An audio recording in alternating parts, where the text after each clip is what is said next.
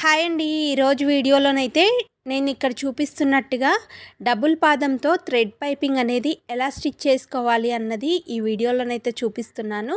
అదేవిధంగా డబుల్ పాదంతోనే బ్లౌజ్కి ఈ డైరెక్ట్ పైపింగ్ కూడా ఎలా స్టిచ్ చేయాలన్నది ఆల్రెడీ వీడియో అప్లోడ్ చేశాను, చూసేయండి. మరి ఇక్కడ చూపిస్తున్నట్టుగా ఇలా సన్నగా పైపింగ్ నీట్గా రావాలి బొటిక్ స్టైల్లో అంటే ఇక్కడ చూపిస్తున్నట్టుగా మనం మిషన్కి అయితే చిన్న సెట్టింగ్ అయితే చేసుకోవాలి. జస్ట్ ఒక 10 సెకండ్లలో అయిపోతుందన్నమాట.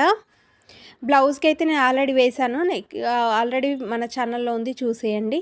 ఇక్కడ చూపిస్తున్న విధంగా ఒక్కసారి ఈ పాదంకున్న నట్టునైతే మనం లూజ్ చేసేసుకోవాలి. మూల లూజ్ చేసుకున్న తర్వాత ఈ గుండు పిన్ అయితే తీసేసుకొని ఇక్కడ చూపిస్తున్నట్టుగా రాడ్కి పాదంకి మనము ఇక్కడ మూల అనేది లూజ్ చేసాం కదా, చేసినప్పుడు పాదం ఇలా ఒక హ్యాండ్తో పట్టుకొని ఈ పిన్నుని ఇలా కొంచెం బెండ్ చేసుకొని రాడ్కి పాదంకి మధ్యలో గ్యాప్లో పెట్టేసుకోవాలన్నమాట. మనకు చిన్న గ్యాప్ ఉంటే సరిపోతుంది. మనకు డబుల్ పాదంతోనే థ్రెడ్ పైపింగ్ అయితే వచ్చేస్తుంది. అలా గుండు పిన్ను పెట్టేసుకొని టైట్ చేసేసుకోవాలి. మూల టైట్ చేసుకున్న తర్వాత ఇక్కడ చూపిస్తున్నట్టుగా రైట్ సైడ్ పాదం సైడ్ అయితే నీడిల్ అయితే జరిగి ఉంటుందన్నమాట. అంటే పాదం జరుగుతుంది, నీడిల్ అయితే ఏం జరగదు.